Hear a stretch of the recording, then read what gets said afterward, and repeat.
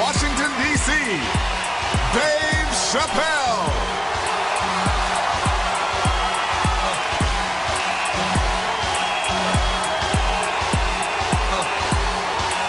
Thank you. Thank you, thank you. Oh, yeah. Oh, yeah. All right. Oh, really? Boy. That'll make it good to come home, boy, I swear. I know, man. It's been a while. It's been a while. DC's different. I'm a God, man. It took me years to be able to do this show, boy. DC has changed. It's different now.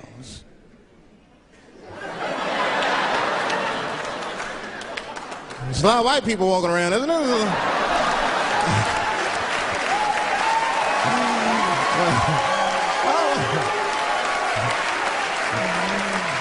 I mean, I left D.C. in the 80s. It was not like this in the 80s when crack was going on. Remember when crack was going on? White people be looking at D.C. from Virginia with binoculars and shit. Well, that looks dangerous. Not yet. New white people. You can't scare these white people. I tried. Roll up on them. Boo! The hell is wrong with you?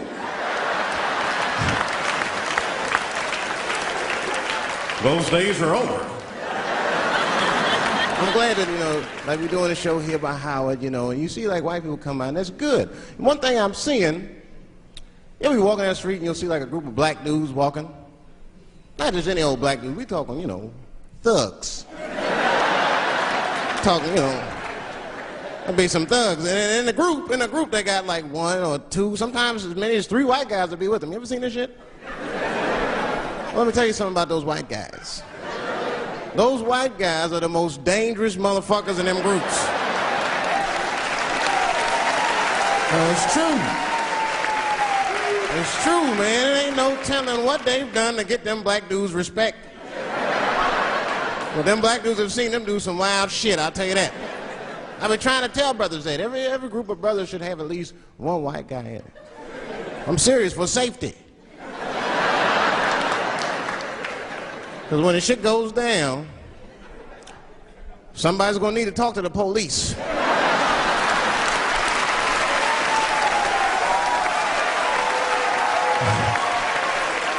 I mean, that's when that white friend comes in handy. Uh-oh, Ernie, you want to get this one? Come on now, come on now. Do something. So black people are very afraid of the police. That is a big part of our culture. No matter how rich you are, how old you are. We're just afraid of them. We got every reason to be afraid of them. You know what I mean? Like, you're a white lady. You ever been pulled over before? And then what they say, let me see your driver's license and your registration, right? See, I'm just guessing. That's not what they say to us. Well, you wouldn't believe what they say to us. Spread your cheeks and lift your sack. Like, what the fuck? Excuse me? You heard me. Spread open your cheeks and lift your sack. I got a driver's license, too. There's easier ways to prove who I am and shit. What does that prove? I can't go to the bank like that. Cash my check. What do you mean you don't have any ID? Wait a minute.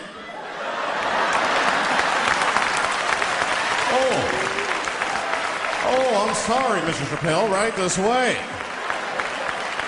Why didn't you spread your cheeks in the beginning? Scared of them.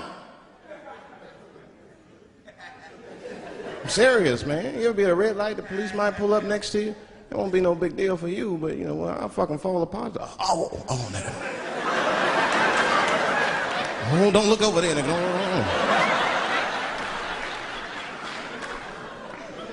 But I didn't always know that was a black thing. It took me a while to figure that out. I learned that shit in New York. I was in New York City. Now, I was hanging out with a friend of mine. He's a white guy, We were just hanging out. And we were lost in the city. We were smoking a joint. Now, I don't know if it's a coincidence that we were lost and high and shit, but... My white buddy, he was smoking a joint. Dave, it's the goddamn cops.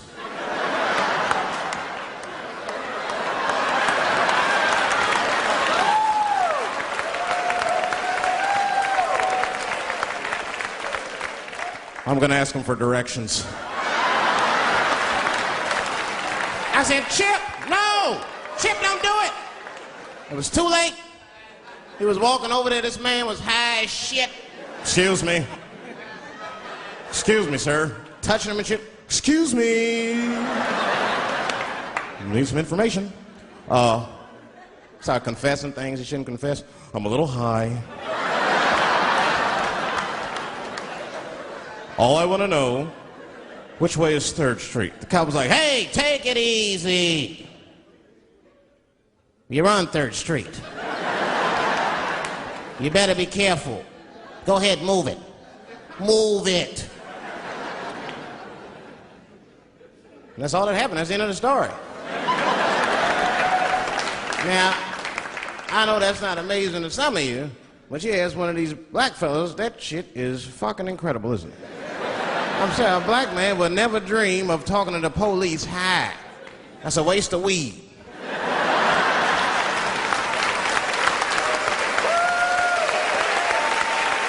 Serious. I mean, I'd be scared to talk to the police when I'm sleepy. They fuck around and get the wrong idea and shit.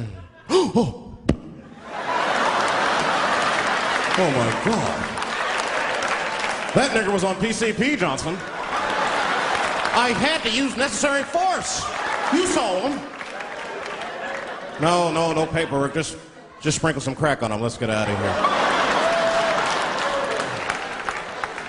That's how it is. But at the time, I didn't think there was anything racial about it. I was just like, man, Chip, you got fucking lucky. You better be careful. But then another time, me and Chip are driving. Now, I'm not driving. Chip is driving, and he's driving a little crazy. He'd been drinking. Now, I don't like to let my friends drive drunk, but, you know, I was smoking a joint. I couldn't really say shit to the guy.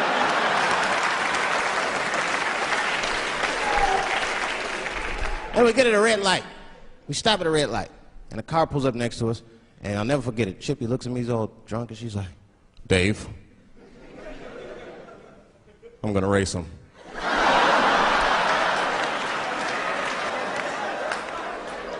I knew it was a bad idea, but I was high. I tried to explain to him it was a bad idea, but all that came out was, well, nigga, sometimes you gotta race, I don't know.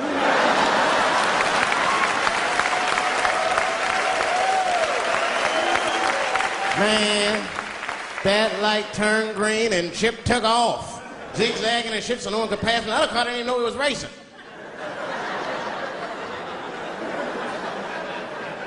Then the police seen us and pulled us over. Now you understand, I'm scared as shit. I mean, come on, the car smells like weed. I've been speeding, this man is fucking drunk. I was scared. Chip was not scared at all. It was weird, he didn't even turn his radio down. Isn't that weird a little bit? I mean, if you get pulled over, wouldn't you turn your radio down? Nobody want to get their ass beat to a soundtrack and shit. You know what I'm saying? Chip had the music blasting, we're not gonna take it.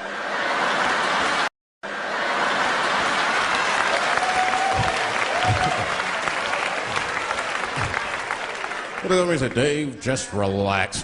Close your butt cheeks. Just relax. Let me do the talking. You wanna know what he said? This is almost exactly what he said. I couldn't believe it. He says, oh. Sorry, officer, I didn't know I couldn't do that. I was fucking shocked. The cop said, well, now you know. Just get out of here. Just get the fuck out of here. Chip said, okay, I will, sir. Thank you. What? What's wrong with you, Dave? I didn't know I couldn't do that. He said, that was good, wasn't it? Because I did know I couldn't do that.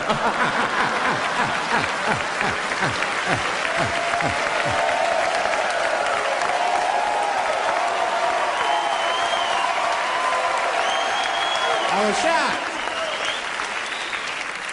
I wasn't shocked at the audacity of it. I was just shocked because I would have never thought to say that. I don't think any black dude would think to say that because they know we know the law. Every black dude in this room is a qualified paralegal and shit. He knows the law. I mean, if one of us even start to do something wrong, an old black man would pop out of nowhere. Nigga, don't do that. That's 5 to 10. Watch out. Well, we know the laws and the penalties. Guy Chip didn't even know he couldn't race. I'm not saying I don't like police. I'm not saying that. I'm saying I'm just scared of them. Nothing wrong with that. Sometimes we want to call them too. Somebody broke into my house once. It's a good time to call them, but I don't. House is too nice. It ain't a real nice house, but they never believe I lived in it. Oh, he's still here. Oh my God.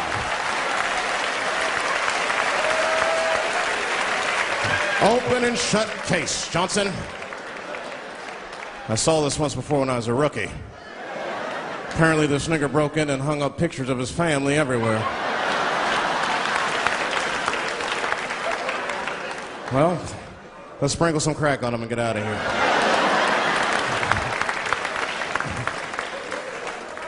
Oh, you know, that's that whole brutality thing. See, that's common knowledge now. There was a time when only minorities really knew about that. I'm not going to say white people didn't believe us, but you were a little skeptical. You were a little skeptical. I mean, I don't blame you. And then Newsweek printed it, he knew it was the truth. And then the Newsweek, white people were like, oh my God. Honey, did you see this? Apparently the police have been beating up Negroes like hotcakes. It's in the May issue. I mean, really, how could you know, though? How could anyone else know? You know. I mean, maybe you should have seen something a little suspicious. Don't you think it was like a little suspicious? Just a little suspicious? Every dead black person the police find has crack sprinkled on them. I mean, come on, man. Come on, man. Who gets shot and sprinkles crack on themselves? Nobody would do that. Bam! Oh, oh.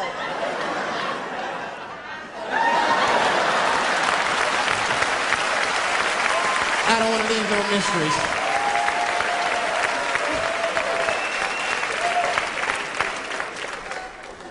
I'm a paranoid guy, you know, that's how I am. I'll be scared to call 911 for anything, even if it's like a fire or anything. Because they tape those phone calls. I see the shows, they tape them, and then they play them on television. That's fucked up. Now, I'll say anything if I'm scared. That shit is private, you know what I mean? What if I get killed? They start playing that 911 tape on the news, I'm dead, I can't explain myself to my buddies and shit. We watching the news. We have Reg Chapman on the scene. Reg, what's going on out there? It always takes a guy on the scene a minute. Hi, Bob. Hi, yes, we just got hold of a copy of Dave Chappelle's Frantic. 911 emergency call. Remember, viewers, some of this language is disturbing.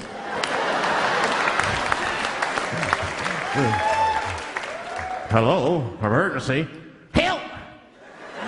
Help, motherfucker, they're coming to get me! Just calm down, sir. Where are you? Oh, I shit on myself.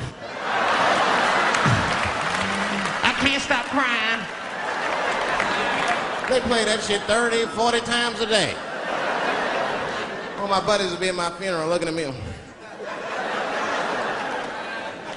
You know Dave shit on himself right before me. I saw it on the news. Died crying like a bitch.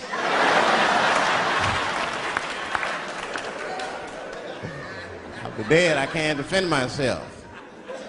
That's not a nice thing to do. That's not a nice thing to do. I mean, it's a 911 tape. How do they expect you to sound? Of course you're going to be scared. It's an emergency. There's nobody calls 911 cool and relaxed. That shit would sound ridiculous. Hello, emergency. Hi. Hey, 911, how are you? Yeah. Look, there's a group of hooded white men gathering outside of my house, and it looks like they mean business. Get out here, nigger! I gotta go. You guys try and hurry.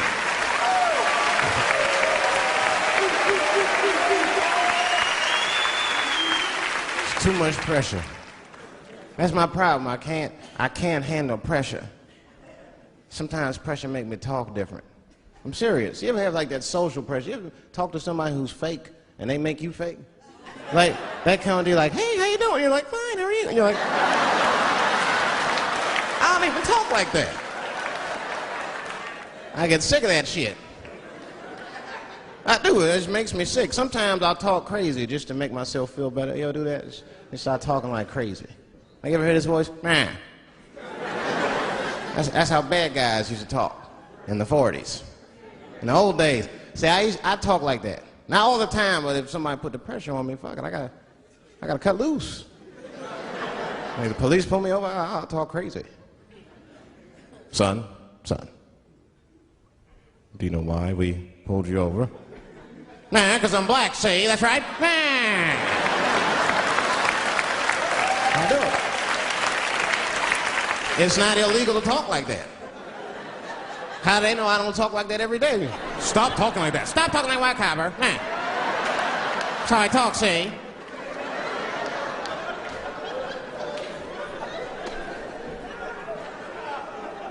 You gotta make life interesting like that, because the shit is flimsy. Life is flimsy. You think you're gonna live forever, you ain't not gonna live forever. It's dangerous out here. We know what's going on.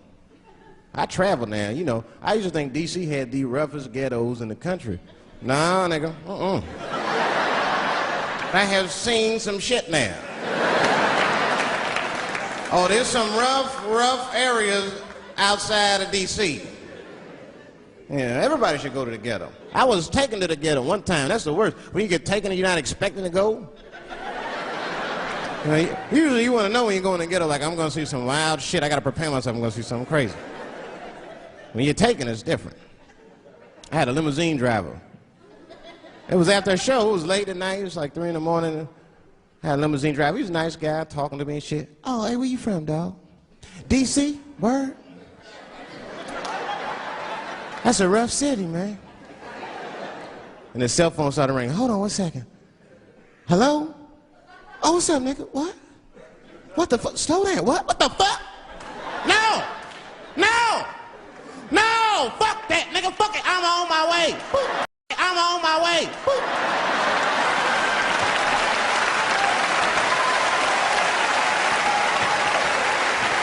Hey.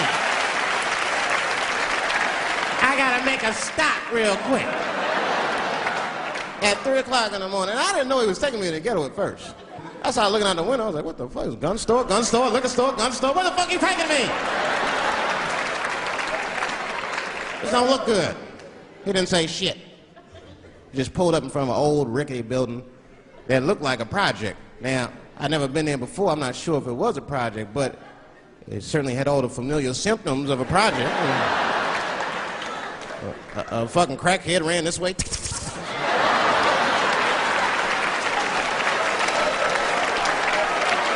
And then another one jumped out of a tree and shit.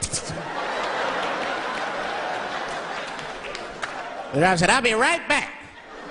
And left me. Took the keys with him and just left me. At 3 o'clock in the morning, in front of a project, in a fucking limousine. This was not good.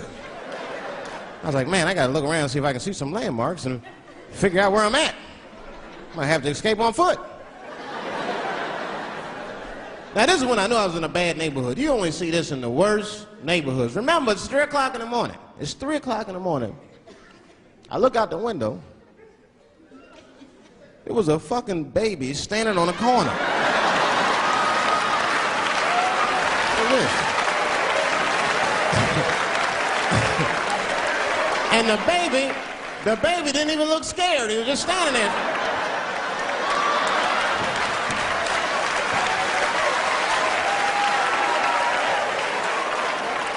I mean, it made me sad. It made me sad, really. You know what I mean? Because I wanted to help the baby.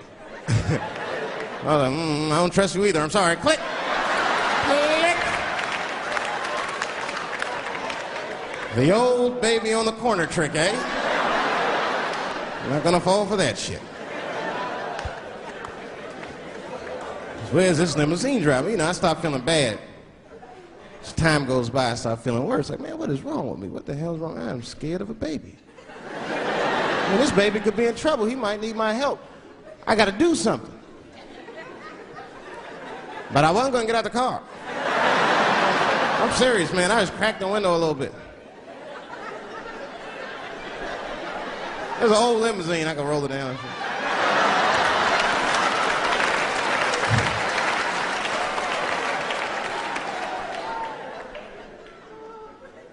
Hey, baby. Baby, go home, man. It's 3 o'clock in the morning. What the fuck are you doing up? The baby said, I'm selling weed, nigga. I said, oh, shit.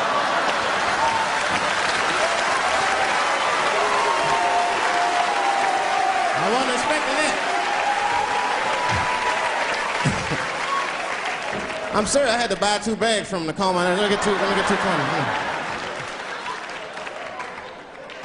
Got back in the car and rolled me a joint, man. So, that shit was scary, man. Every once in a while, like a crackhead would come up to the car and look in the window. It was like Jurassic Park and shit. He'd be looking on the car. Hey, get out of here, cracky. That baby was still standing there, man. Then I started feeling bad again. Yeah, weed make you feel guilty sometimes. You know. Man, what is wrong with me, man? I have just bought weed from an infant. I can't condone this kind of behavior. What am I thinking? I can't let the fear ruin my morals. Gotta do something.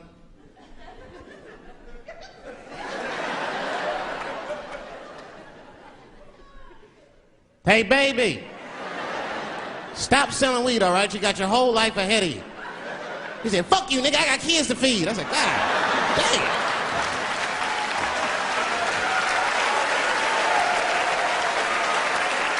Sad. And just at that very moment, one of the crackheads was running across the street and got hit by a car. I know it was a hit and run. The police did it. That's all right. They sprinkled some crack on him and got back up.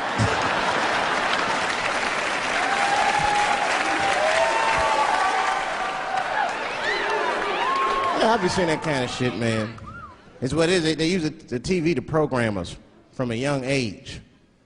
You ever watch like a cartoon that you used to watch when you were little as an adult?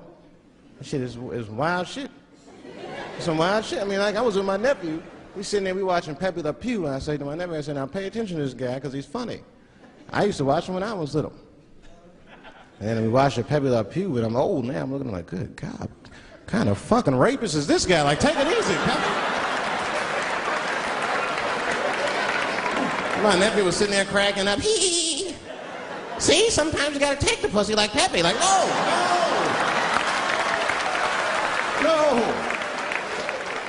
I had to turn the channel real quick. I turned on Sesame Street. I said, oh, Sesame Street. This is much better because now he'll learn how to count and spell. But now I'm watching it as an adult and I realize Sesame Street teaches kids other things. It teaches kids how to judge people and label people. That's right. They got a character on there named Oscar. They treat this guy like shit the entire show. They judge him right in his face. Oscar, you are so mean. Isn't he, kids? Yeah, Oscar. You're a grouch. It's like, bitch, I live in a fucking trash can. I'm the poorest motherfucker on Sesame Street. Nobody's helping me. Then you wonder why your kids grow up and step over homeless people. Get it together, grouch. Get a job, grouch. So don't even tell me how to get to Sesame Street. That is a terrible place. I wouldn't go there if I knew the way. Who would want to live in a neighborhood like that? Fucking 6-foot pigeons walking around. And an elephant that's a junkie. Oh. Hi, Bird. Yeah, that's right, Snuffy. Hi, Bird, I'm sick. I need some smack, Bird. And Cookie Monster with his eyes popping out his head, screaming, Cookie, cookie, cookie, like, ugh. what kind of cookies are you talking about? Chocolate chips don't do that to people. And then they had the nerve to put a pimp on there. They didn't come out and say he's a pimp, but I know a pimp when I see one. They called him the Count. Had a cape and everything. You just see him pimping. Bitch, where is my money? You've been late 4 times, I've been counting. How many times must I smack you before you act right? 1, 2, 2 smacks.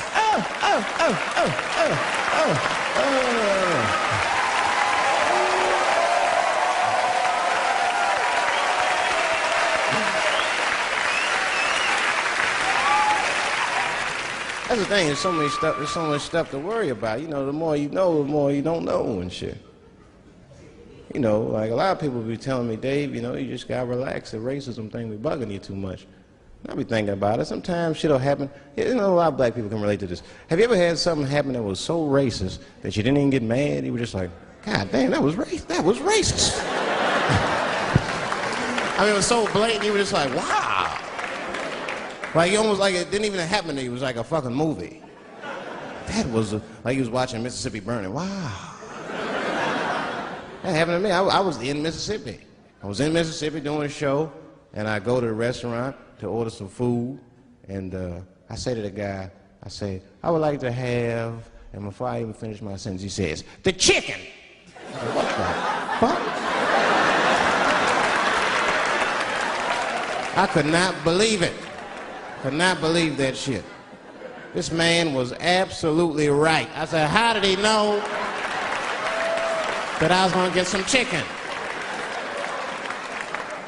I asked him, I said, how you know that? How did you know I was gonna get some chicken?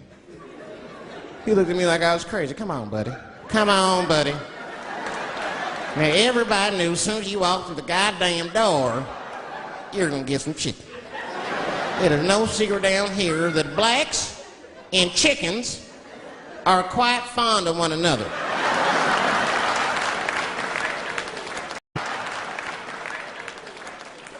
Then I finally understood what he was saying, and I got upset. I wasn't even mad. I was just upset. I wasn't ready to hear that shit. All these years, I thought I liked chicken because it was delicious. Turns out I'm genetically predisposed to liking chicken. I said, why? I got no say in the matter. I got ruined chicken for me. I'm scared to eat it in public. I want somebody to see me and say something. You know what I mean? Like, you be eating some chicken?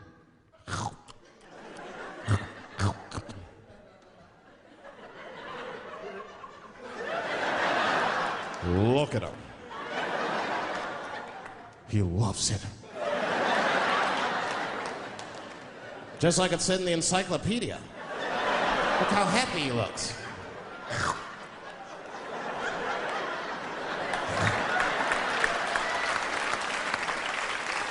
Sometimes this world be too much to deal with. That show business be crazy. That's where the cultures really collide. Show business bring a lot of races together. Sometimes it works, sometimes it don't.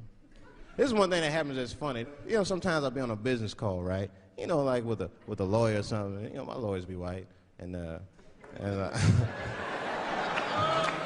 like we'll be on a call, right?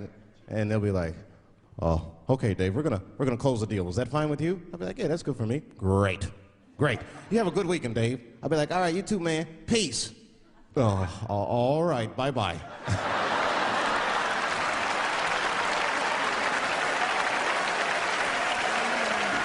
I don't know what to say, right? So sometimes I'll make up shit that's not even slang, just to see how they handle it and shit. It'd be the same business go, "All right, we're gonna close the deal. Is that fine with you, Dave?" "Yeah, sounds good to me." "Great. You have a good weekend, Dave." "All right, buddy. Zip it up and zip it out." Oh. All right, zippity-doo-dah, bye-bye.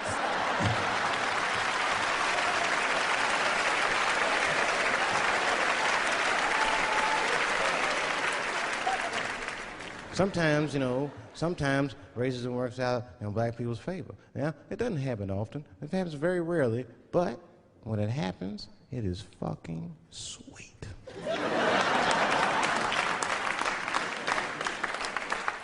I'm serious. Just one time racism saved my life, man. I was on a plane.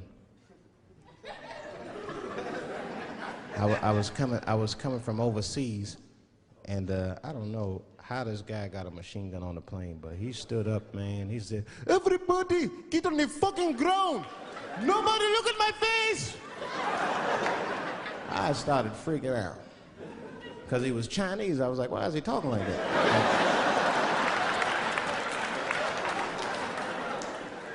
He was screaming and crying. I was the only brother on the plane. Well, I thought I was the only brother. I looked over, there was one other black dude. He was from Nigeria. I looked over at him, he was looking right in my face, man. He didn't say two words to me, he just looked at me, he was like...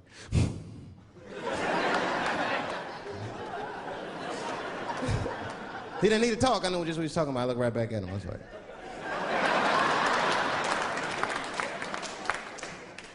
Some white dudes on the front of the plane seen us, they were like, "Oh my God. I think those black guys are gonna try to save us."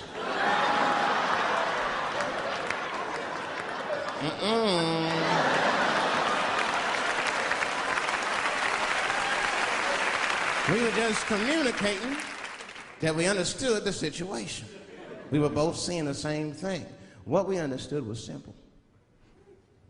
Terrorists don't take black hostages. That's the truth. I have yet to see one of us on the news reading a hostage letter and shit. They is treating us good. We all chilling and shit. I'd like to give a shout out to Ray Ray and Big Steve and send some Newport.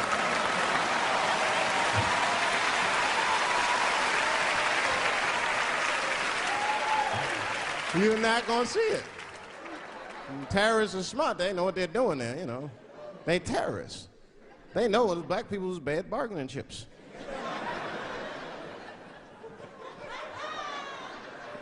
They called the White House and said, "Hello? We have got 5 black... Hello?"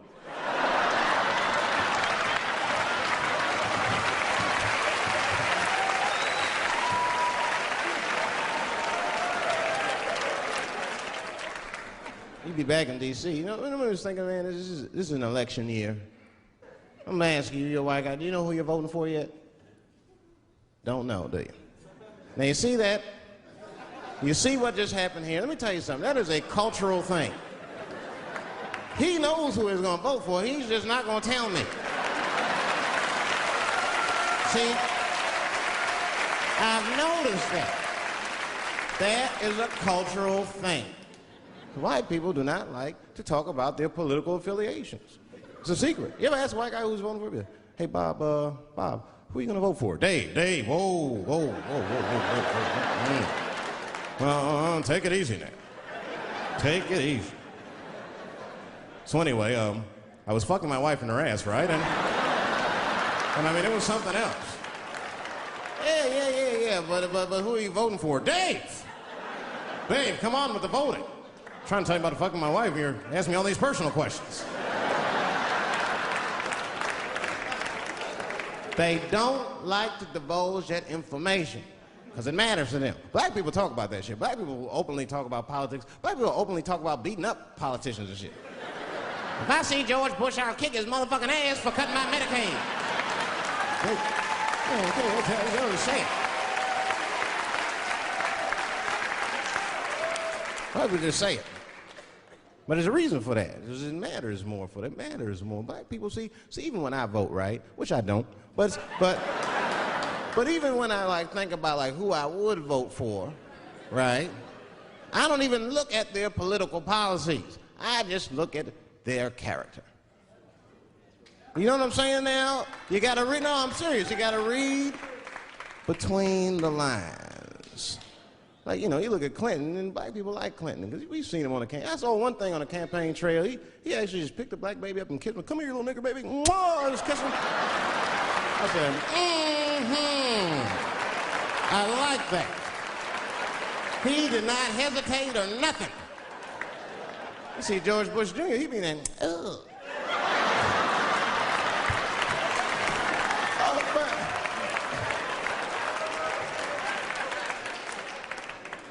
Like, see, I'd never vote for George Bush Jr., but I don't know George Bush Jr.'s politics. The only thing I know about George Bush Jr. is that guy sniffed cocaine. That's right. Now, listen, we cannot have that shit in the White House. That might be fine for a mayor, but goddamn it, not in the White House. Not in the White House. You know what I'm saying? The stakes are too high in the White House. Can't have no cokehead president. He be selling nuclear secrets for $20, $30 and shit. He'll be in meetings embarrassing America. Come on, sign the treaty, baby. I suck your dick. Like, what the? Mr. President. Mr. President, that is not how we do business here, sir. Stop sucking the ambassador's dick. No, let him finish.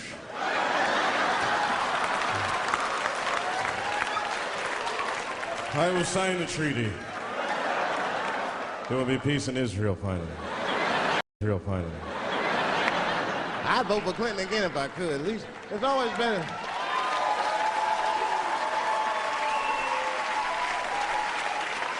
Now again, I'm not looking at his politics.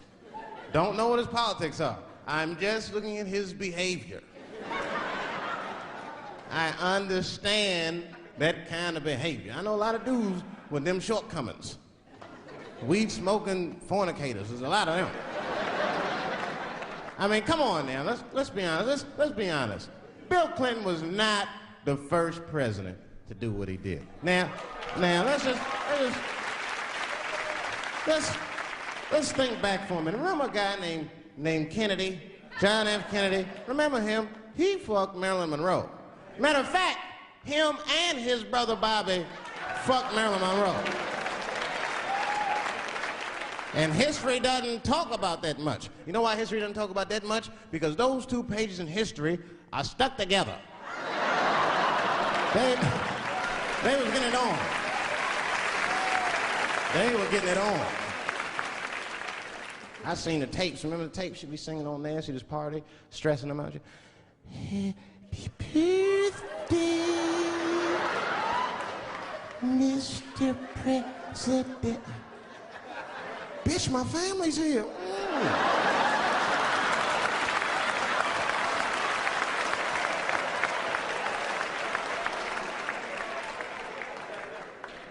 Clinton did the same thing, but he didn't do it like that.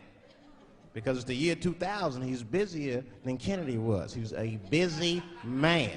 Clinton did that kind of thing the way busy men do it. You know what busy men do? They fuck who's close to them. I can tell that's what Clinton was up to. Look like he just stuck his head out the office door and shit. Oh, boy. You, come here. I made my penis up for my 3:30, come on. Oh, boy. He's probably looking at Kennedy's picture and shit. Oh.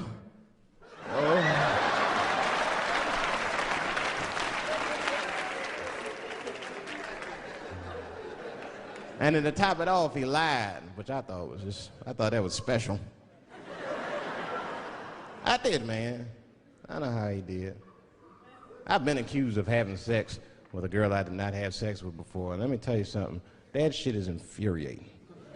You ever go through that? You know, it'll make you crazy. You be screaming at your best friends. I didn't touch that bitch, nigga. I'll kill you. Fuck you, nigga. I'll kill you. Please believe me. Please believe me.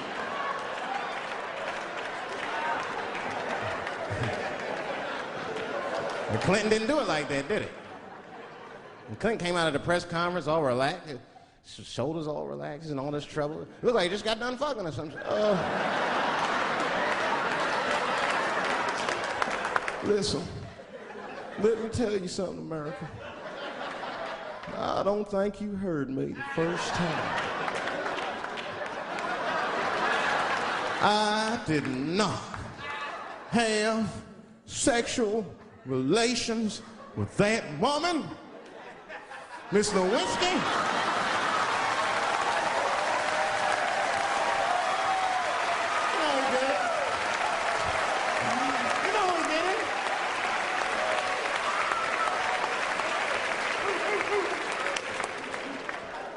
Everybody knew what that finger smelled like. Nobody cared. Nobody cared. We all watched. We was disgusted, but we kept watching the news. I know I did. I was taping it. See, I'd be at the crib like, baby, turn the lights off. The news is coming on. Every week on 60 Minutes was a different girl accusing Clinton. Remember Kathleen Willey came out? She was upset. The president called me into his office. He began massaging my breast slowly. I'm sorry.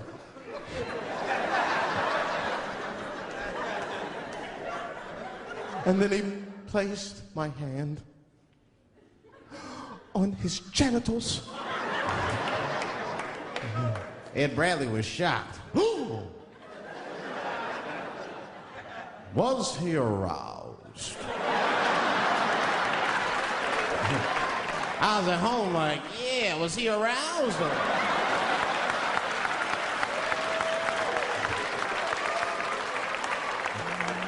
And then Ed Bradley looked right in the camera. He said, don't bust that nut yet. We'll be right back.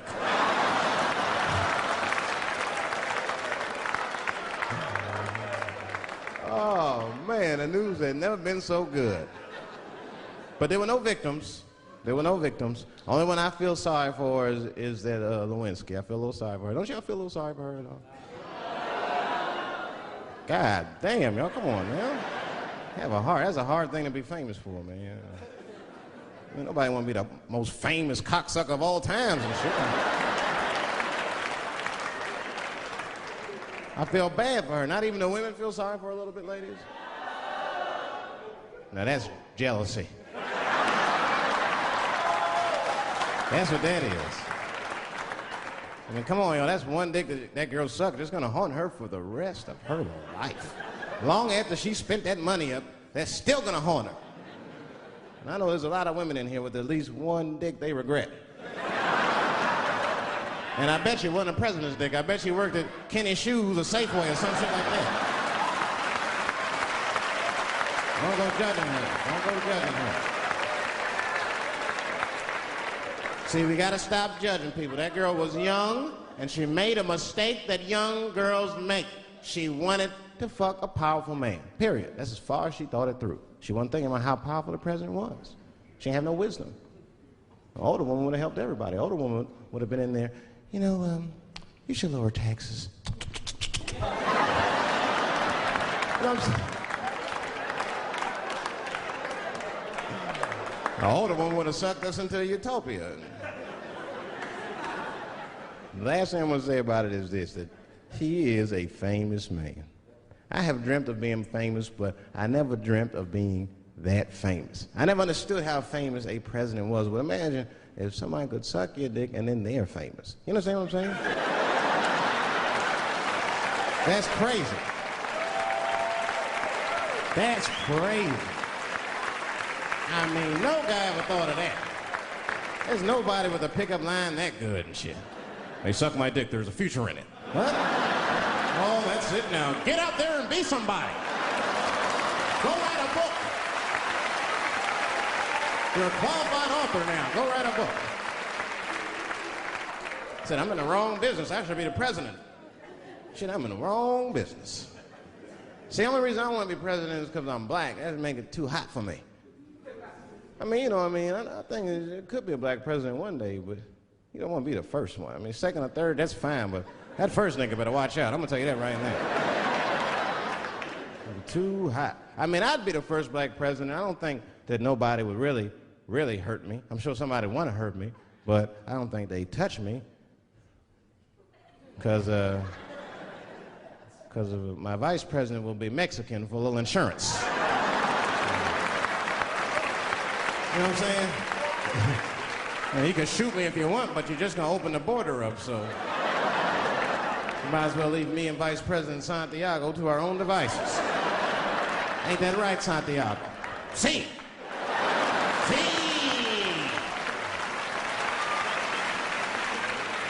Elian can stay. Don't worry, I don't got no Elian jokes. All I'll say about Elian is thank God he's Cuban. Because if he was Haitian, you'd have never heard about his ass.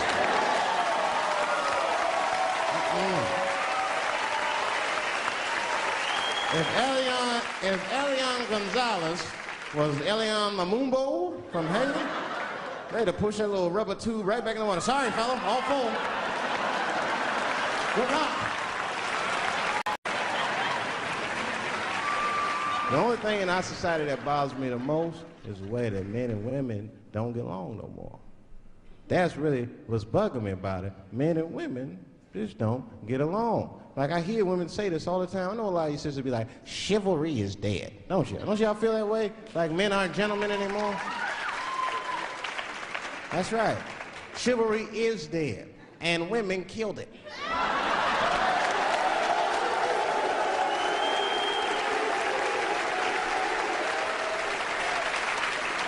There's a fundamental difference in the way we're going to see things. We're not going to see eye to eye on this issue.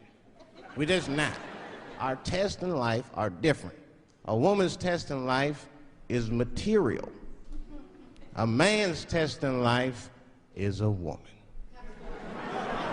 Now, by test, I mean that those are the things that we desire. Men have nice cars. Not because they like nice cars, because they know women like nice cars. That's how it goes. Because men are hunters, and the car is the bait. And a woman comes and says, ooh, nice Porsche. Gotcha, bitch. That's how it is. That's true. Come on now, you go to a woman's house, her house be comfortable as shit. Women love comfortable surroundings, so men get comfortable surroundings. But let me tell you something. If a man could fuck a woman in a cardboard box, he wouldn't buy a house. But that's still not where chivalry got killed. Chivalry got killed by the feminist movement on the magazines that got women going crazy, because women got too much advice about men from other women. And they don't know what the fuck they're talking about.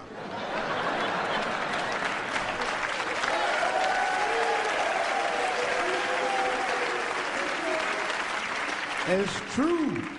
I see this shit in the magazines. I don't read them, but I be seeing the cover. I be in the grocery store, fellas, you look at one of the magazines, like, what is this? And they say on the cover, 100 Ways to Please Your Man by some lady. Get out of here, man. Come on. Ain't no 100 ways. That list is 4 things long. Just suck his dick, play with his balls, and then fix him a sandwich and don't talk so much, and they're gonna be happy.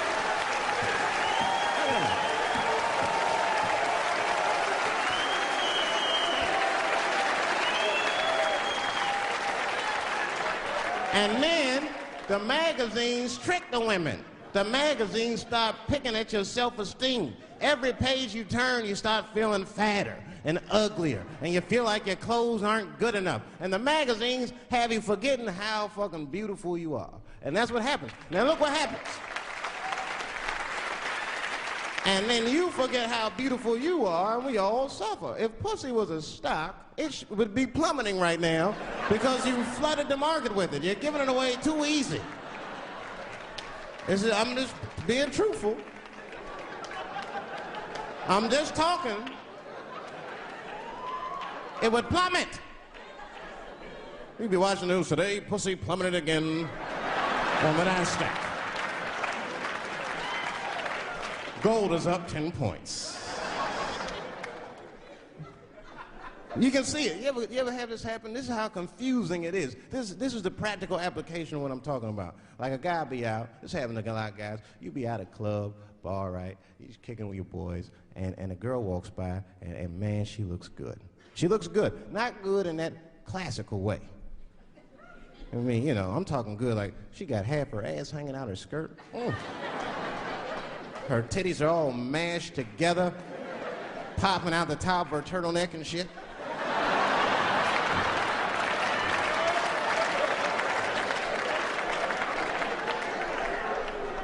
And you with your buddies, right? You with your buddies, you got a couple drinks in you, and you see a girl like this, you might try to talk to her. This might not come out right. I don't know what you say, but damn, look at them titties! Right? The girl gets mad and says, oh, wait a minute. Just because I'm dressed this way does not make me a whore. Which is true. Gentlemen, that is true. Just because they dress a certain way doesn't mean they are a certain way. Don't ever forget it. But ladies, you must understand that that is fucking confusing. Just is. Now that would be like me, Dave Chappelle the comedian, walking around the streets in a cop uniform. Somebody might run up on me. Oh, thank God. Officer, help us. Come on, they're over here. Help us. I'm like, oh, just because I'm dressed this way does not make me a police officer.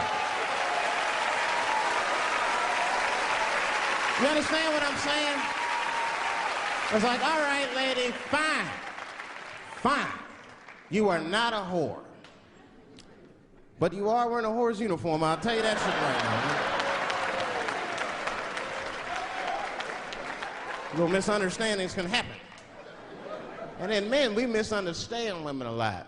You know, we always undermine their feelings. You can't do that to them. You can't, because see, feelings are, you see how they're clapping? Feelings are very important to women. They are all important. I'm just learning this shit. Everything's based on how they feel. You can hear when they tell stories. You ever hear a man tell a story, it'd be just facts. Who, what, when, where, why. It was me and Bob, we was at Safeway. Then that nigga Bob said this, then I punched that nigga, and then I broke out. That's the story.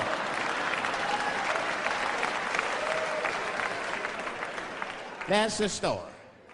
Women tell stories, all these feelings. Well, first of all, you have to understand, I was on my period, and I just talked to my mother, so I was feeling like, God damn, there's too many feelings. What the fuck happened? Get to it. But I gotta talk about them. Gotta talk about them. That's how they always get me. I'll be sitting there, watching TV, chilling and shit. My old lady come up to me. David, we need to talk. Fuck! I don't say that out loud. That's how I feel inside. Because I know every time we need to talk about some shit that I gotta do. We don't ever have to talk about anything she needs to do.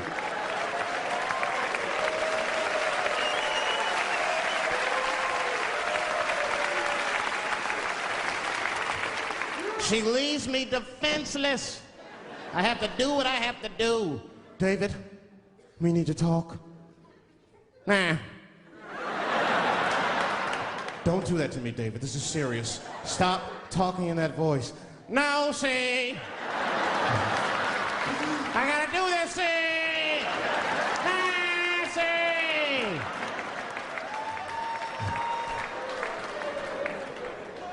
I complain, but I'm happy I'm with somebody. I don't want to be single. I don't like that. Sometimes you go to them single clubs, you see too much. I was on the road, one club, and I seen a thing they call a thong contest.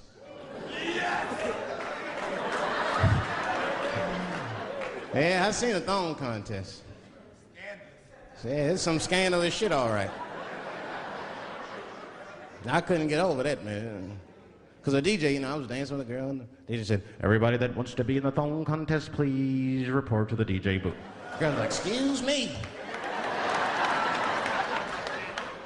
They put on that song, let me see some thong, thong, thong, thong, thong, thong.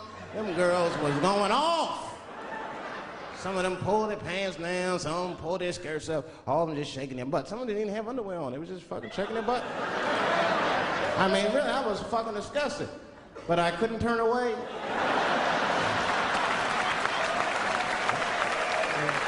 But no, please, for the squeamish, just plug your ears. All right, one of the girls, you get so into it, there's no cops around, right? But she actually, I'm sorry to tell y'all this, she spreads her butt cheeks open. She spreads her butt cheeks open in the middle of a crowded disco, right? I was disgusted because I was like 10 yards away from her. I was like, oh my God.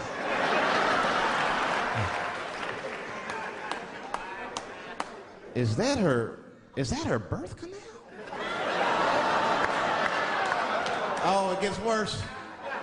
Oh, good God Almighty, is that a baby? I know that's gross. It's gross because it was a baby. Oh, it was the same baby from the project. She's like, I snuck in the club, nigga. I got that weed if you need me. Just pat on the ass and I'll come out. Hey guys, thank you very much.